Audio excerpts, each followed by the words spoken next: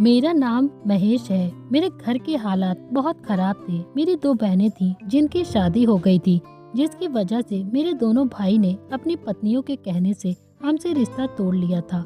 मेरी माँ और मैं अकेला ही रहते थे। हमारे पास अपना मकान भी नहीं था। मैंने एक जगह नौकरी करना शुरू कर दिया था। मैं अपनी माँ के लिए खाने का इंतजाम भी बहुत मुश्किल से कर पाता था। धीरे धीरे जब मुझे काम करते हुए 1 साल हो गया था, तो मैंने पैसे लगाकर एक सुनार की दुकान खोली, जिसमें मैंने पहले थोड़े सोने की चीजें बेचना शुरू कर दिया था। फिर धीरे धीरे जैसे मेरी दुकान बहुत चलने लगी थी, तो मैंने सामान रख लिया था। इसी तरह से मेरे बहुत अच्छे दिन आ गए थे। मैं एक मशहूर सुनार बन गया था और मेरे पास अब किसी भी चीज की कोई कमी नहीं बची थी। मेरी माँ भी मुझसे बहुत प्यार करती थी और बहुत खुश रहती थी। जब ये बात मेरे भाइयों को पता चली, तो उन्होंने फिर से अब हमारे घर आना जाना शुरू कर दिया था। लेकिन मैंने अपने भाइयों से कुछ नहीं कहा, क्योंकि वे मेरे भैया होने के साथ साथ मेरी माँ के बेटे थे। मेरा दिल भी अब बहुत सुकून से हो गया था। जो खुशी मैं अपनी माँ और बहनों को देना चाहता था, वो खुशी अब उन लोगों को मिलने लगी थी। और अब मेरी माँ मेरी शादी करना चाहती थी। माँ हमेशा मुझसे शादी करने की जिद करने लगी थी, लेकिन मैं अभी शादी नहीं करना चाहता था। मेरा इरादा था कि मैं अपने काम को और आगे तक लेकर जाऊं। इसीलिए हर बार अपनी माँ को मैं मना कर दिया करता था और वह रोने लगी और कहने लगी, अब घर में मैं अकेली रहने लगी हूँ। बेटियों की भी अब शादी हो गई है। मैं बड़ी बहू को इस घर में नहीं चाहती हूँ, क्योंकि जिन्होंने हमारी परेशानियों के वक्त में हमारा साथ नहीं दिया, तो उनसे हमारी दूरी ही बेहतर है। मैं अपने सबसे छोटे और लाडले बेटे की शादी देखना चाहती हूँ। उसके बाद माँ ने मुझे एक ऐसी बात बताई, जिसे सुनकर मेरे पैरों तले से जमीन निकल गई थी। सारी जिंदगी मैं अकेले गुजार सकता था, लेकिन ये बात बिल्कुल भी नहीं मान सकता था। मैं ऐसे लोगों से बिल्कुल भी कोई रिश्ता नहीं रखना चाहता था, जिन्होंने परेशानियों में हमारा साथ नहीं दिया था। मुझे माँ ने बताया था कि तुम्हारी बड़ी भाभी की छोटी बहन भी है, जो कि तुम्हारी ही उम्र की है। जब तुम्हारे बड़े भैया की शादी हुई थी, तभी तुम्हारे पिताजी ने तुम्हारी भाभी की छोटी बहन से तुम्हारा रिश्ता भी तय कर दिया था। मैं चाहती हूँ कि अब तुम्हारी शादी तुम्हारी भाभी की छोटी बहन के साथ कर दी जाए।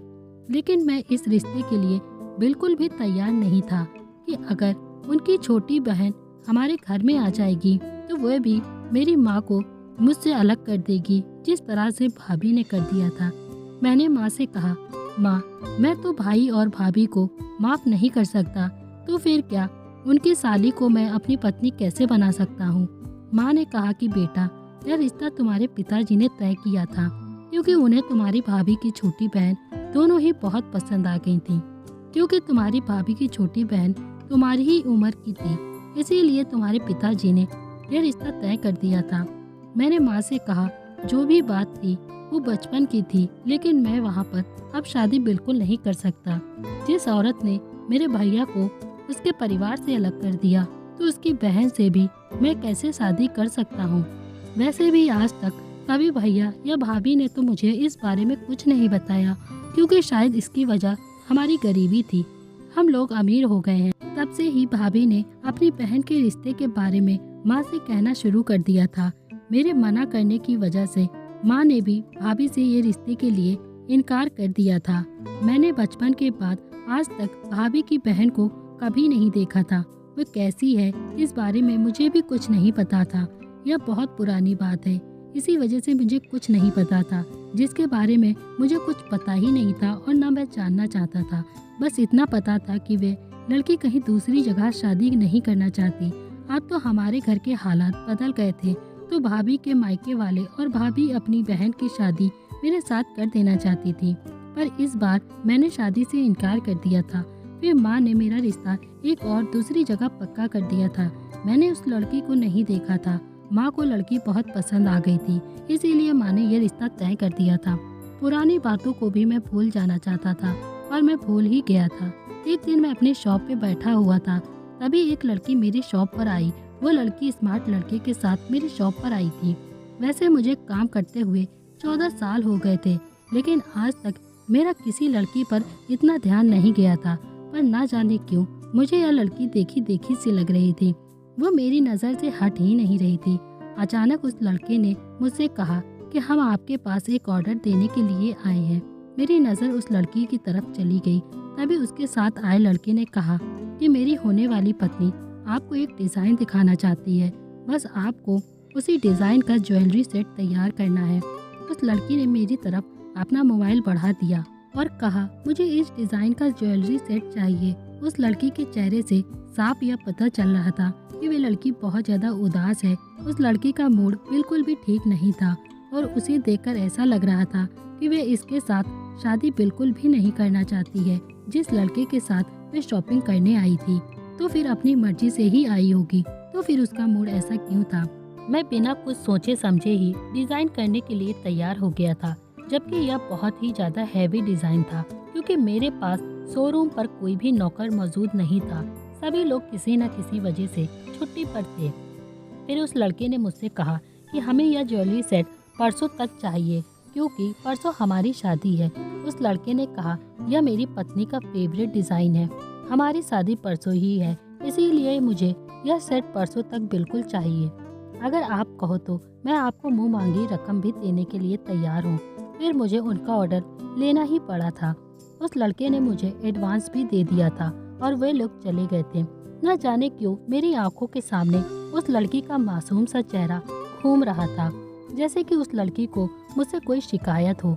न जाने क्यों मुझे घूर घूर के वो देख रही थी और मेरी उस लड़की के चेहरे से नज़र ही नहीं हट रही थी। फिर मैं सारी रात बैठकर खुद डिज़ाइन को बनाने लगा था।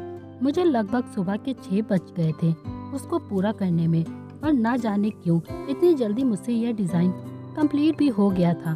पहले तो कभी मैंने इतनी जल्दी एक डिज़ाइन तैयार नहीं किया था। मुझे सारी रात जागते हुए गुजर गई थी, इसीलिए अब मुझे नींद आ रही थी और मैं बहुत ज़्यादा थक गया था, तो इसीलिए सीधा अपने कमरे में जाकर सोने के लिए लेट गया था। और मुझे अभी सोए हुए सिर्फ 15 मिनट ही गुजरे थे कि अचानक मैंने एक सपना देखा और उस सपने में वो लड़की मेरे सामने नजर आने लगी थी। वो लड़की सपने में मुझसे कह रही थी कि मैं तुम्हें कभी भी माफ़ नहीं करूँगी, तुमने मेरे साथ बहुत गलत किया है। यह सब देखकर मुझे नींद में बहुत बड़ा झटका लगा था। मैं घबरा कर उठकर खड़ा हो गया था और सोचने लगा था कि मेरा इस लड़की के साथ क्या कनेक्शन है जो मुझे यह सपने में ऐसा बोल रही है। फिर मैंने तो उस लड़की का ऑर्डर भी तैयार कर दिया है, तो ना जाने क्यों उस लड़की को मुझसे अपनी शिकायत है। वह मुझे कैसे जानती है।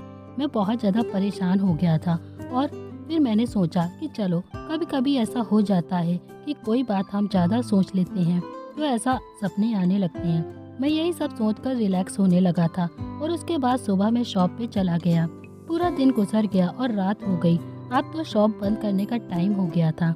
मैंने सारा दिन उस लड़की का इंतज़ार किया कि आज वह लड़की या फिर उसका पति सेट लेने के लिए ज़रूर आएंगे, क्योंकि उस लड़के के मुताबिक तो मुझे यही पता था कि उन दोनों की शादी आज है। लड़का पेमेंट भी मुझे एडवांस में देकर चला गया था। सारा दिन हो गया, मैंने बहुत इंतज़ार किया लेकिन ज्वेलरी सेट लेने के लिए कोई भी नहीं आया था। मैं यही सोचकर बहुत ज़्यादा परेशान हो रहा था कि ना जाने ऐसी क्या वजह रही होगी कि वे दोनों ही यह सेट लेने नहीं आए थे। और फिर उसके बाद 2-3 दिन और गुजर गए थे लेकिन फिर भी ज्वेलरी सेट लेने के लिए कोई भी नहीं आया था और इसी तरह लगभग 1 महीना हो गया था। मैंने सेट संभाल कर रखा हुआ था।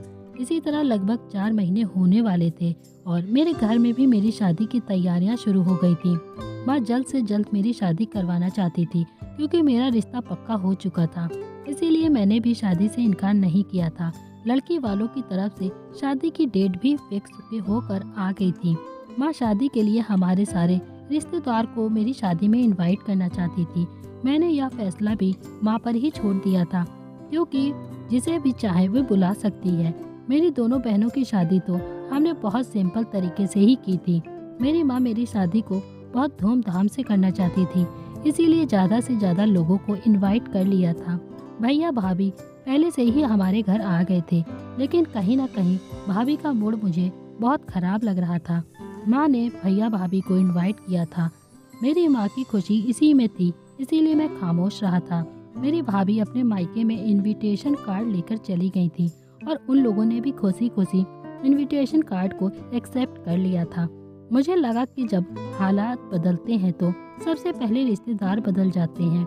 फिर हालात अच्छे हों या बुरे, रिश्तेदारों को बिहेवियर भी हालात के अकॉर्डिंग ही हो जाता है। हमारे घर में चारों तरफ शादी का माहौल छाया हुआ था और दोनों ही मेरी बहनें शादी में बहुत ज़्यादा खुश थीं। रिश्तेदारों का आना जाना भी लगा हुआ था।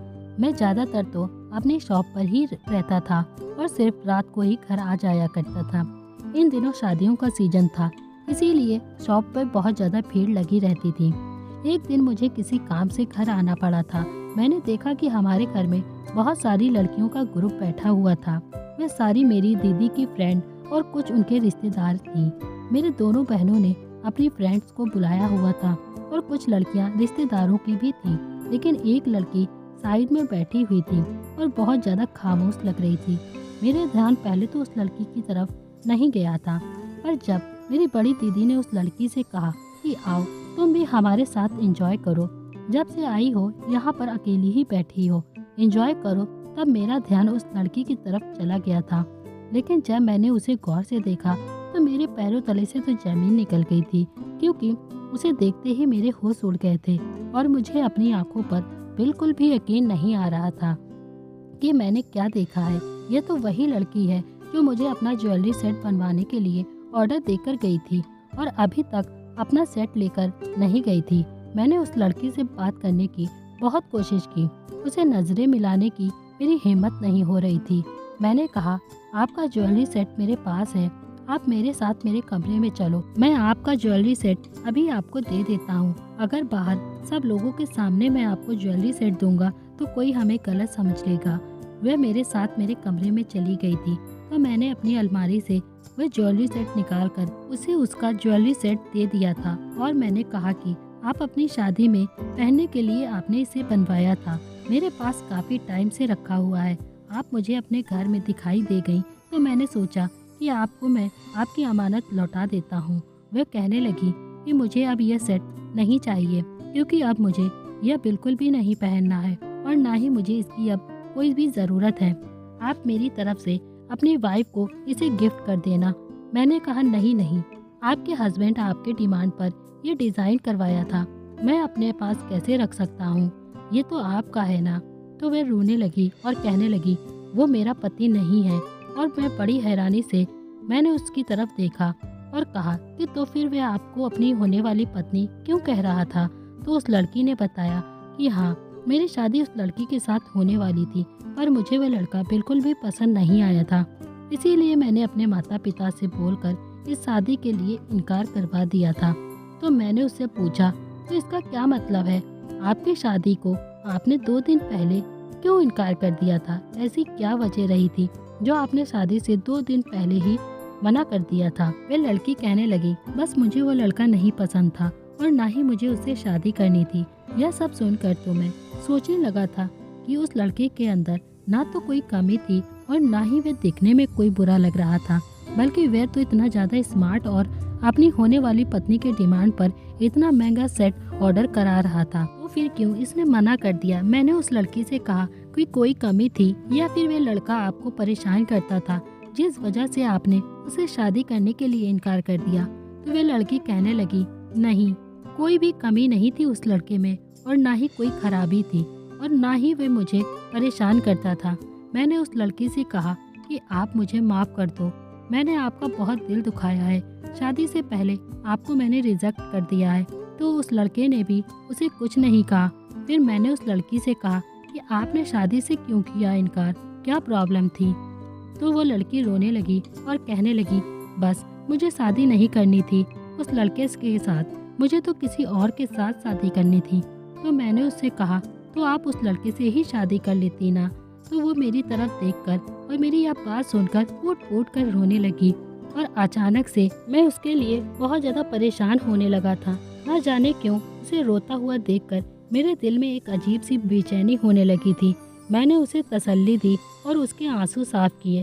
फिर मैंने उससे पूछा कि आप रो क्यों रही हो, रोने की क्या वजह है और आप शादी क्यों नहीं करना चाहती। तो उसने मुझे बताया कि मैं जिससे प्यार करती हूँ वो लड़का आप हो, मैं आपसे बहुत प्यार करती हूँ और हम दोनों का रिश्ता बचपन में ही फिक्स हो गया था, इसीलिए मैंने आपके लिए बहुत सारे सपने सजाए हुए थे, पर मेरी दीदी जो आपके घर की गरीबी की वजह से परेशान रहती थी, उनको परेशान रहते हुए देखकर मेरे माता पिता ने भी यह फैसला कर लिया था कि जब उनकी छोटी बेटी जवान हो जाएगी तो मेरी शादी आपसे नहीं करेंगे, क्योंकि जिस घर में उनकी बड़ी बेटी इतना ज़्यादा परेशान रहती है तो उसी घर में अपनी छोटी बेटी को वो बिल्कुल नहीं भेजना चाहते थे। लेकिन मैं तो आपसे शादी करना चाहती थी, इसीलिए मैंने हर बार अपनी फैमिली को आपके लिए राज़ी कर लिया था। बहुत कोशिश की थी कि जब मेरा कोई रिश्ता आता तो हर बार मैं आपके लिए ही जिद किया करती थी और दिन रात आपकी गरीबी को ख़त्म करने की भगवान से प्रार्थना किया करती थी। जब आपके घर के हालात अच्छे हुए तो आपकी भाभी और मेरी दीदी ने हमारे घर पर आकर उनको इस रिश्ते के लिए तैयार कर लिया था और मेरी दीदी ने कहा था कि वे अपनी सास से दोबारा से फिर हम दोनों की रिश्ते की बात करेंगी, पर शायद ऐसा होना मेरे भाग्य में ही नहीं लिखा था। इसीलिए जब आपकी माँ ने हम दोनों के रिश्ते के लिए आपसे बात की तो आपने हम दोनों के रिश्ते के लिए मना कर दिया था। आप राज़ी नहीं हुए थे हम दोनों के रिश्ते के लिए। फिर मैंने अपने पेरेंट्स से भी कहा था कि अगर जहाँ चाहे वे मेरा रिश्ता तय कर सकते हैं, अगर आप मुझसे शादी नहीं करना चाहते। मेरा भैया के दोस्त के साथ मेरा रिश्ता फिक्स हो गया था, जो कि बहुत ज़्यादा स्मार्ट था और ना ही कोई उसके अंदर कमी थी। मेरे पिताजी ने मेरे लिए कोई भी गलत फैसला नहीं किया था, क्योंकि वह रिश्ता मेरे लिए बिल्कुल परफेक्ट था। मगर जब उस दिन वो मुझे आपकी शॉप पर सेट पसंद करवाने के लिए लेकर गया था तो मुझे आपको देखकर आप दोनों का बचपन वाला रिश्ता याद आ गया था और मेरे दिल में आपके लिए फिर से मोहब्बत जाग उठी थी। लेकिन जब मेरी शादी का टाइम आया तो मैंने इनकार कर दिया और कह दिया कि मुझे वह लड़का बिल्कुल पसंद नहीं है। और मैंने उसी दिन ठान लिया था कि जब तक आपकी शादी नहीं हो जाती मैं कहीं और भी शादी नहीं करूँगी, क्योंकि अभी आपकी शादी नहीं हुई है। लेकिन जिस दिन आपकी शादी हो जाएगी उसके बाद मैं भी कहीं शादी कर लूँगी। और फिर उस लड़की की बातें सुनकर तो मैं बहुत ज़्यादा हैरान रह गया था कि वह लड़की मुझसे इतनी ज़्यादा मोहब्बत करती है। मेरे लिए उसने हज़ारों लड़के के अंदर कमी निकाल कर उनसे अपनी शादी से इनकार करवा दिया था। और मैंने भी अपनी भाभी की नाराज़गी की वजह से उस बेचारी मासूम सी लड़की पर अपना गुस्सा निकाल दिया था। एक बार भी उसके बारे में नहीं सोचा था कि वह अभी भी मेरे लिए अपने दिल में बचपन वाली मोहब्बत को जगा बैठी है और मेरे साथ शादी के सपने सजा बैठी है। मैंने उसका हाथ पकड़ लिया और मैं कहने लगा कि अभी मेरी शादी तो नहीं हुई है ना, क्या तुम मुझसे शादी करना चाहती हो? तो क्या तुम मुझसे शादी करोगी? तो वह लड़की मेरी तरफ देखकर कहने लगी कि मैं तो आपसे प्यार करती हूँ, इसीलिए शादी के लिए तो कभी मना कर ही नहीं सकती। क्या आप मुझसे शादी करना चाहते हो? तो मैंने कहा हाँ, मैं तुमसे शादी करना चाहता हूँ। प्लीज़ तुम मुझे माफ़ कर दो, मैं अपनी गलती की माफ़ी मांगता हूँ। मैं अपनी फैमिली मैटर से परेशान होकर अपना गुस्सा तुमसे रिश्ता ख़त्म करके निकाल रहा था। पर वह कहने लगी कि आपकी तो शादी होने वाली है ना, फिर उस लड़की का क्या होगा जो आपका इंतज़ार कर रही है, आपसे शादी करना चाहती है। तो मैंने उससे कहा कि तुम उसके लिए परेशान मत हो, मैं सब कुछ संभाल लूँगा, सब कुछ तुम मेरे ऊपर छोड़ दो, बस मैं तुमसे शादी करना चाहता हूँ। तुम मुझसे शादी करना चाहती हो या नहीं, हम अपने पेरेंट्स की किए की सज़ा अपना रिश्ता ख़त्म करके बिल्कुल नहीं करेंगे। मैंने अपनी माँ से कहा कि माँ, मुझे इस लड़की के साथ शादी करनी है, जहाँ पर मेरी शादी होने वाली है वहाँ से आप इनकार कर दो। मेरा यह फैसला सुनकर मेरी माँ बहुत खुश हुई थी और माँ से ज़्यादा खुश तो मेरी भाभी हुई थी, क्योंकि हमारे घर के हालात बदलने से भाभी यही चाहती थी कि उनकी बहन की शादी मेरे साथ हो जाए। इसी तरह से हम दोनों ने शादी कर ली थी और आज हम दोनों ही एक साथ बहुत खुश रहते हैं। मेरे घर के हालात भी बहुत सुधर गए हैं, हमेशा खुशियाँ ही रहती हैं। मेरी पत्नी मुझसे बहुत प्यार करती है और मैं भी उसका बहुत ख्याल रखता हूँ।